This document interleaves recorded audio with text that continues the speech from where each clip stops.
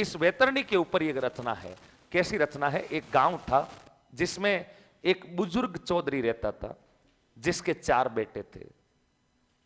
चौधरी बाबा बहुत गरीब था, थोड़ी बहुत खेती बाड़ी थी, घर पर उतने ही दाने होते थे कि वो 1 साल की रोटी ढंग से खा ले। घर पर ना कोई गाय है ना कोई भैंस है, रुक्की सुक्की रोटी खा करके वो बुजुर्ग चौधरी अपना घर परिवार चला रहा था। उस बुजुर्ग चौधरी बाबा के कुल 4 बेटे थे। जैसे तैसे उस बुजुर्ग चौधरी बाबा ने संघर्ष करते हुए चारों बेटों की शादियां कर दी।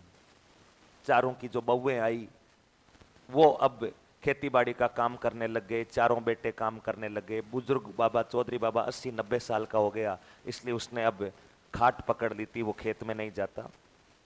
4 बेटे हैं, चारों के बहू आ गई है, गरीबाई में जी रहे हैं परिवार, रुकी सुखी रोटी खा रहे हैं, गाय भैंस दूध दही कुछ नहीं है घर पर, और कोई पैसा है नहीं,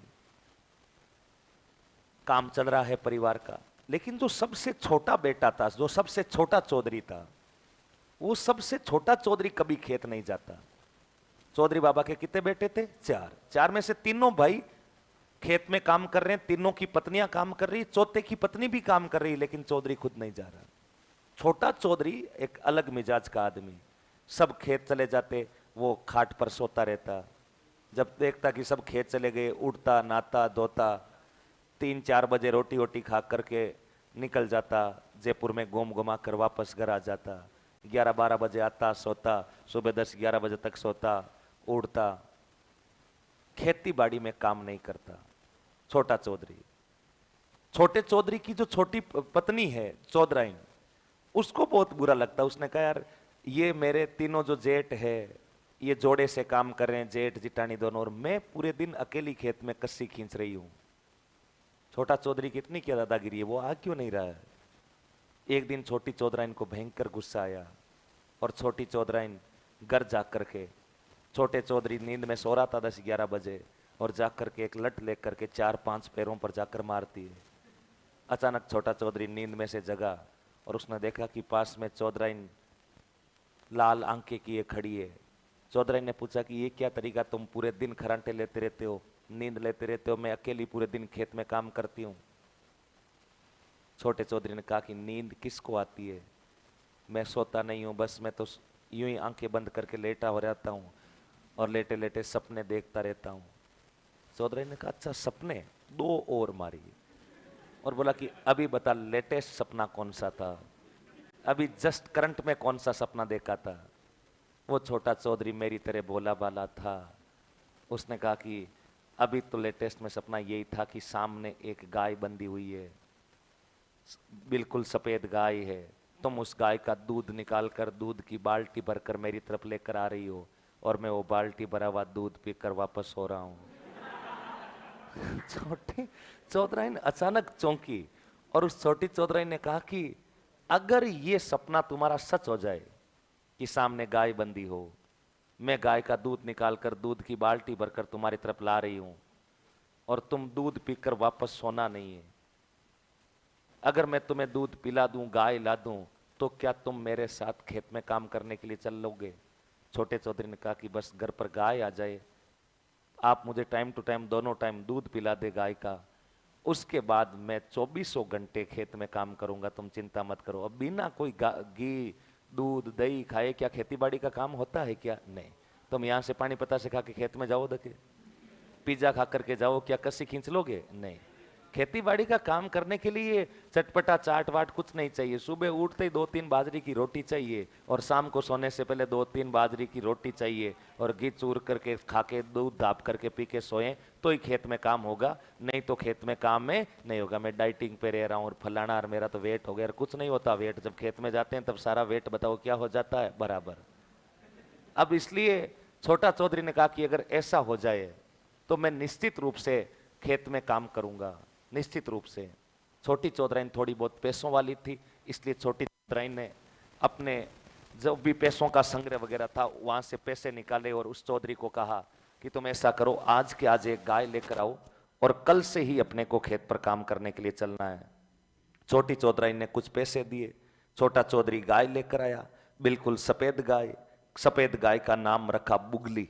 गाय का नाम बताओ क्या रखा? बुगली। क्योंकि बुगला कैसा होता है? सफेद। तो गाय का नाम ही बताओ क्या रख दिया? बुगली। अब बुगली गाय का दूध छोटी चौधरी निकाल रही है, चौधरी पी रहा। 5, 7, 10 दिन हो गए, छोटा चौधरी रोजाना खेत जा रहा है, काम कर रहा है। बुगली का इतना ही दूध होता कि किसी के पांती नहीं आता, पूरा चौधरी अकेला ही पी जाता।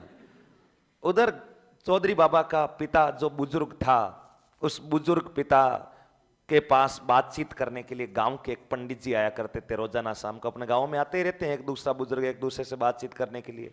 एक पंडित जी आया करते थे, तो पंडित जी की रोजाना नजर उस बुगली पर पड़ती थी। पंडित जी के घर पर भी कोई गाय भैंस नहीं थी, इसलिए पंडित जी के आंखों में वो बुगली खटक रही थी। ये बुगली का दूध जो है चौधरी अकेला पी रहा है, थोड़ा बहुत कभी 1-2 गिलास ही नहीं पिलाता अपने को, बुगली को ठिकाने लगाना पड़ेगा। वो पंडित जी ऐसा सोच रहे हैं। खैर थोड़ा सा समय बीता, महीने भर बाद अचानक चौधरी बाबा जो बुजुर्ग चौधरी था वो बीमार हो जाता और बेहोश होकर जमीन पर गिर जाता और उसके प्राण निकलने ही वाले थे। और आपने कभी ऐसा देखा होगा कि अपने गांव में जब किसी व्यक्ति की डेथ होने वाली होती है, उससे पहले उस व्यक्ति को कोई रामायण के, कोई महाभारत के, गीता के कोई 2-4 श्लोक सुनाए जाते हैं। ऐसा कहते हैं कि यहां से अगर वो मरने से पहले आदमी को महाभारत, गीता, इनके श्लोक कानों में पड़ जाए तो उसका कल्याण हो जाता है। इसलिए जो बुजुर्ग चौधरी के चारों बेटे थे चौधरी, उन्होंने कहा कि पंडित जी को बुलाओ, फटाफट से कोई भगवत गीता के 2-4 श्लोक सुना दे। पंडित जी आए, 2-4 श्लोक सुनाए और उस बुजुर्ग चौधरी का निधन हो गया। जैसे ही बुजुर्ग चौधरी का निधन हुआ, सबसे छोटा चौधरी जो सबसे मेरी तरह भोला भाला था, वो पंडित जी के पास गया और कहा कि पंडित जी पापा तो चले गए, पापा को स्वर्ग में जगह तो मिल जाएगी क्या? पंडित जी को इसी बात का तो इंतजार था कि कब कोई मेरे से ये प्रश्न पूछे। और पंडित जी ने कहा कि पापा यहाँ से नरक लोक तक तो पहुंच गए हैं, लेकिन पापा स्वर्ग नहीं जा पा रहे हैं, वैतरणी नदी के पास जाकर अटक गए हैं। अचानक पूरे घर में सन्नाटा। बोला पापा नरक में चले गए, स्वर्ग में नहीं गए? बोला नहीं, बीच में नदी आ रही है, नदी का नाम क्या है? वैतरणी। और पापा तुम्हारे वैतरणी के किनारे खड़े हो गए हैं और पापा से वैतरणी पार नहीं हो रही है। चौधरी भोले वाले थे, उन्होंने कहा कि पंडित जी आप तो इतने बड़े विद्वान हो, कोई 5-10 ले लुआ के कोई सेटिंग करवा के एक पेपर तो पास करवाओ, ये तो वैतरणी तो कम से कम पार करवाओ। पंडित जी ने 1-2 मंत्र पढ़े और कहा कि नहीं, वैतरणी पार नहीं हो रही।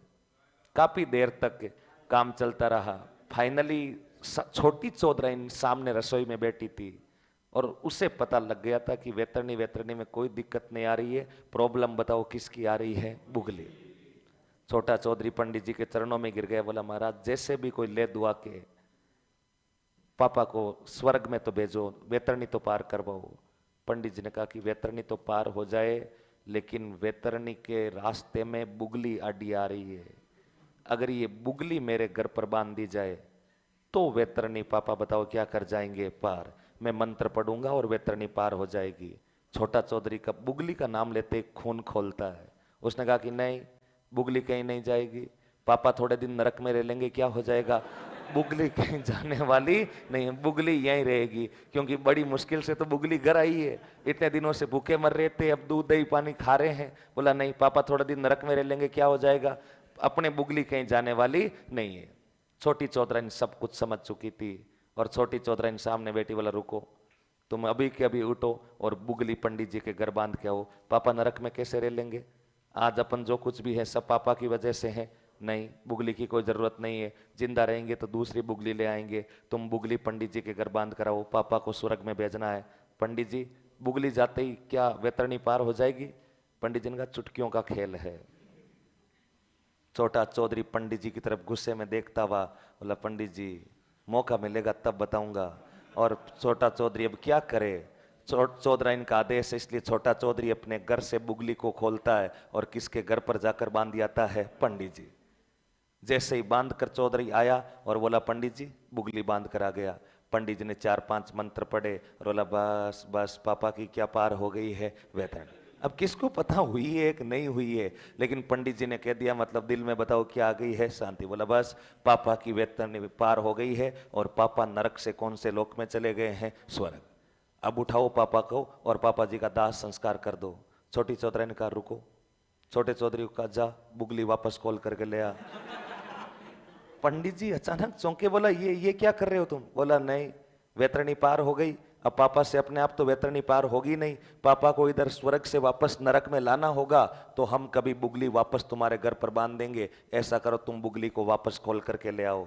और जैसे ही छोटे चौधरी ने कहा, छोटा चौधरी भागा भागा वापस अपनी बुगली को खोलकर घर ले आता है। यानी पापा को वैतरणी भी पार करवा दी और वापस कौन सी गाय लेकर आ गए? बुगली।